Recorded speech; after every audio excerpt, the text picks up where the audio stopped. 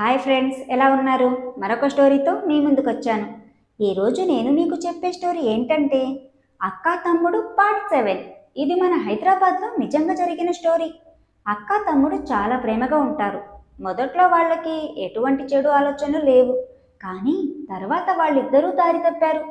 పాపం వాళ్ళకి తెలీదు అక్క తమ్ముడు ఎలా ఉండాలో ఎలా ఉండకూడదు. అప్పుడు వాళ్ళ జీవితాల్లో ఏం జరిగింది, చివరికి ఏమైంది అనేదే ఈ స్టోరీ మీకెందుకు చెప్తున్నానంటే ఈ స్టోరీలో జరిగిన సంఘటనలు మీ చుట్టుపక్కల జరగచ్చు, లేదా మనకి బాగా తెలిసిన ఫ్రెండ్ ఫ్యామిలీలో జరగచ్చు, లేదా మన రిలేటివ్ ఫ్యామిలీలో కూడా జరగచ్చు. ఈ స్టోరీలో మీకు కనిపించే క్యారెక్టర్స్ మీ నిజ జీవితంలో ఎదురైనప్పుడు వాళ్ళని ఎడ్యుకేట్ చేస్తారని, మీరు కూడా మీ ఫ్యామిలీలో అప్రమత్తంగా ఉంటారని మీకు ఈ స్టోరీ చెప్తున్నాను. మన ఛానల్ కొత్తగా చూస్తున్న వారు సబ్స్క్రైబ్ చేసుకోండి, లైక్ చేయండి, షేర్ చేయండి. ఇక స్టోరీలోకి వెళ్దాం పదండి. నేను వెళ్ళి యూనిఫామ్ తీసి షార్ట్ తొడుక్కొని బాత్రూంలోకి వెళ్ళి ఫ్రెష్ అప్ అయ్యి బయటికి వచ్చాను. అక్క రూమ్లోకి వెళ్ళాను. ల్యాప్టాప్లో ఏదో చేసుకుంటుంది. వెళ్ళి పక్కన కూర్చున్నా. నేను చూస్తుండగానే కొన్ని క్లోజ్ చేసేసింది. క్లాసెస్ ఎలా జరిగాయి చిన్న?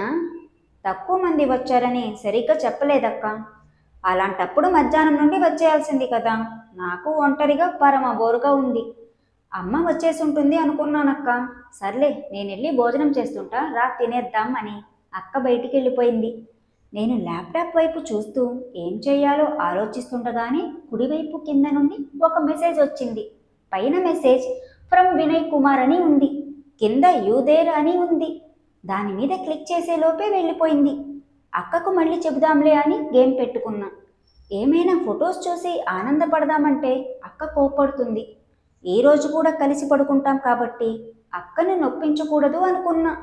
కాసేపు గేమ్ ఆడి మొన్న అక్కకు తీసిన ఫొటోస్ తీసి చూస్తున్నా. అందులో నేను తీసిన ఫోటోలే కాకుండా తనంతకు తాను తీసుకున్న ఫొటోస్ కూడా ఉన్నాయి. అవేంటో చూద్దామని ఓపెన్ చేశా. ముందు నేను తీసిన ఫొటోస్ వచ్చాయి. నా ఆత్రమంతా అక్క తనే తీసుకున్న ఫొటోస్ మీద ఉంది. కానీ అవి వచ్చేలోపు అక్క చిన్నా అని కేకేసింది. ఈరోజు టైం బాగోలేదని లేచి బయటికి వెళ్ళాను. అక్క అంతా రెడీ చేసుకొని కూర్చోనుంది. నేను చేతులు కడుక్కొని వచ్చి కూర్చున్నా. కాసేపటికి ఆ మెసేజ్ సంగతి గుర్తొచ్చి, ఇందాక వినయ్ కుమార్ నుండి మెసేజ్ వచ్చిందక్క అన్న. అంటే ఏదో పెద్ద దొంగతనం చేసి దొరికిపోయినట్టు కంగారు పడింది. ఏం చెప్పాలో తెలియక తడబడుతూ, అవన్నీ ఎందుకు ఓపెన్ చేశావు? నేను చేయలేదక్క, అదే వచ్చింది. సర్లే, ఆ విషయం ఇంకోసారి ఎక్కడ చెప్పకు, ఎవరితో చెప్పకు. సరే అక్క. ఈ మధ్య అక్క మరీ ఎక్కువగా వాడుతున్న పదాలు ఎవరితో చెప్పకు అని. కొంపదీసి వినయ్ కుమార్ అంటే అక్కలవరా? అందుకే అంత కంగారు పడుతుందా అని అనుమానం వచ్చింది. భోజనం అయిపోయే వరకు ఏం మాట్లాడలేదు. నేను తినేసి హాల్లో టీవీ చూస్తూ కూర్చున్నా. అక్క తన రూమ్లోనే ఉంది. ఆ మెసేజ్కి అంత పవర్ ఉందని తెలియక అనవసరంగా అక్కతో చెప్పాను. రాత్రి ఏం జరుగుతుందో ఏమో. నేను అమ్మ వాళ్ళ బెడ్రూమ్కి వెళ్ళి పడుకున్నా. అక్క బెడ్రూమ్లోకి వచ్చిన శబ్దం విని మేలుకు వచ్చింది. లైట్ ఆఫ్ చేసి బెడ్ మీద పడుకుంది. కళ్ళు మూసుకొనే ఇదంతా గమనిస్తున్నా. నేను అనుకున్నట్లు అక్క నన్ను లేపలేదు. 10 నిమిషాలు గడిచినా ఏమీ అడగలేదు. ఇక నా వల్ల కాక లేచి అక్క వైపు చూశా. నిండు నైటీలో పడుకోనుంది. ఏరా, ఇంకా పడుకోలేదా? అక్కతో మాటలు కలిపి ఆ మెసేజ్ గురించి నాకేమీ తెలీదని అక్కకు ధైర్యం చెబుదామని. వినయ్ కుమార్ అంటే ఎవరక్క? ఆ ప్రశ్న వినగానే మళ్ళీ కంగారు పడుతూ సమాధానం చెప్పకుండా, నా నోరు ఇంకో ప్రశ్న అడగకుండా నా నోటిని తన చేతితో కట్టేసింది. ల్యాప్టాప్లో నా ఫొటోస్ చూసావా? అప్పుడు గుర్తొచ్చింది. ఫోటోలు చూస్తూ అలానే వచ్చేశాను, అది చూసి అడుగుతుందని. ఇంకా చూడకుండానే నువ్వు పిలిస్తే వచ్చేశానక్క. మాటలు మార్చడానికి అడిగిందనిపించింది. ఆ సమాధానంతో అక్క ఊపిరి పీల్చుకుంది. బాత్రూమ్కి వెళ్ళొచ్చావా అన్నాను. లైట్ ఆఫ్ చేసి వచ్చి పడుకో. అక్క చెప్పినట్టుగానే పడుకున్నా. బాగా నిద్ర పట్టింది. కానీ మంచి నిద్రమత్తులో ఉండగా కాలింగ్ బెల్ మోగినట్టు, నన్ను అక్క పిలిచినట్టు అనిపించినా మత్తు నుండి బయటికి రాలేకపోయా. కాసేపు గాల్లో తేలినట్టు అనిపించింది. తర్వాత మళ్ళీ గాఢ నిద్రలోకి జారిపోయా. తెల్లారింది, లేచా. కాసేపు నాకేం అర్థం కాలేదు. రాత్రి అమ్మ రూమ్లో కదా పడుకుంది, ఇది అక్క రూమ్లా ఉందే. అవును, ఇది అక్క రూమే. మరి ఇక్కడికి ఎలా వచ్చాను? అప్పుడు గుర్తొచ్చింది కొద్దిగా. కాలింగ్ బెల్ మోగడం, అమ్మా నాన్నలు వచ్చింటే అక్క నన్ను ఇక్కడికి తెచ్చి పడుకోబెట్టింది అని. బాత్రూంలో శబ్దం అక్క స్నానం చేసినట్టు చెబుతుంది. అలా ఏంటేంటో ఆలోచిస్తుండగానే అక్క బాత్రూంలో నుంచి బయటకొచ్చింది. స్నానం చేశాక శరీరం మీద ఉన్న ఒక్క బొట్టు కూడా తుడుచుకోకుండానే నైటీ వేసుకుని బయటికి రావడంతో నైటీ తడిచిపోయింది. నన్ను చూస్తూ, అర్ధరాత్రి అమ్మా నాన్నలు వచ్చారు, నువ్వు లేవకపోయేసరికి ఇక్కడికి ఎత్తుకొచ్చాను. ఇప్పటికి ఇక్కడే స్నానం చేయి, నీ స్కూల్ డ్రెస్ తీసుకొస్తా అని చెప్పి తన పెట్టికోటుతో తల తుడుచుకోవడం మొదలెట్టింది. నాకింకా ఏం చేయాలో అర్థం కాలేదు. బిక్కమొహం వేసుకొని అక్క వైపు చూస్తున్నా. లేచి స్నానం చేయి పోరా అని మళ్ళీ చెప్పేసరికి లేచి బాత్రూంలోకి వెళ్ళా.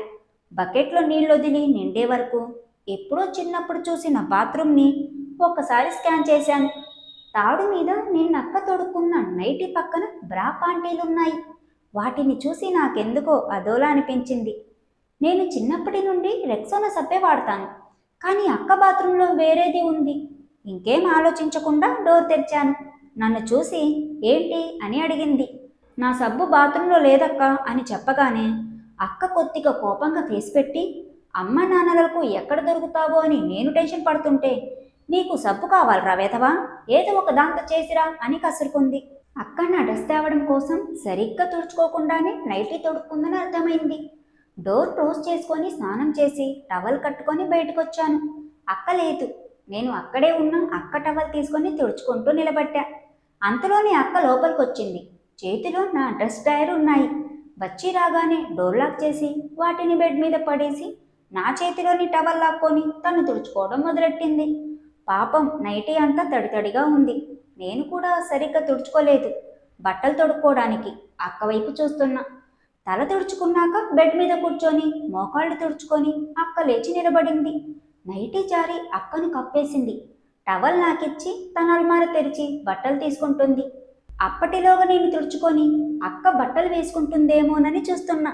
కానీ నేను రెడీ అయ్యి వెళ్ళేంత వరకు అక్క బట్టలు బెడ్ మీద పెట్టుకొని ఫ్యాన్ కింద కూర్చుంది. నేను వెళ్ళి బ్యాగ్ తీసుకొని స్కూల్కి వెళ్ళిపోయా. అమ్మా నాన్నలు అలసిపోయి పడుకున్నారు కాబట్టి ఇంకా లేవలేదు. సాయంత్రం స్కూల్ నుండి వచ్చాక అమ్మతో కబుర్లు చెప్పుకొని డ్రెస్ మార్చుకొని అక్క రూమ్లోకి వెళ్ళాను. అక్క తన ఫ్రెండ్ దగ్గరికి వెళ్ళిందట. రూమ్లో ల్యాప్టాప్ కోసం వెతికాను, కానీ దొరకలేదు. ఏం చేయాలో దిక్కు తోచక అటు ఇటు చూస్తుంటే అక్క డైరీ కనిపించింది. తీసుకొని చదవడం మొదలెట్టాను. అందులో చాలా చోట్ల వినయ్ గురించి ఉంది. అది చెప్పాడు, ఇది చెప్పాడు, ఒకచోట తన ఫొటోస్ అడిగినట్టు. అలా ఎక్కువగా వినయ్ గురించే ఉంది. అలా తిప్పుతుండగా చిన్న అని కనిపించింది. అక్కడ ఆగి చదవడం మొదలెట్టాను. ఈరోజు చిన్నగాడు బాగా కోపం తెప్పించాడు. గలీజ్ పనులు చేసి షార్ట్ పాడు చేశాడు. బాగా కోప్పడ్డాను. కొన్ని రోజుల తర్వాత ఈరోజు కూడా చిన్నతో మాట్లాడలేదు. ఇంకొన్ని రోజుల తర్వాత వెధవ పనులు చేసి నేనెక్కడ తిడతాను అని వాడే ఉత్తుకున్నాడు. రాత్రి వెళ్ళి మంచి మాటలతో చెప్తే అది పాస్ అని నన్నే తప్పు పట్టాడు. మళ్ళీ కోపట్టాను. సీరియస్గా వార్నింగ్ కూడా ఇచ్చాను. రాత్రి కావ్యకు ఫోన్ చేసి చిన్న చేస్తున్న పనుల గురించి చెప్పాను. కావ్య వల్ల అప్పుడు తెలిసింది. పాపం అది వాడికి తెలియకుండానే జరిగిపోతుందట. ఈ ఎపిసోడ్ ఇంతటితో ముగిస్తున్నా ఫ్రెండ్స్. మళ్ళీ నెక్స్ట్ పార్ట్లో కలుద్దాం. అంతవరకు బాయ్.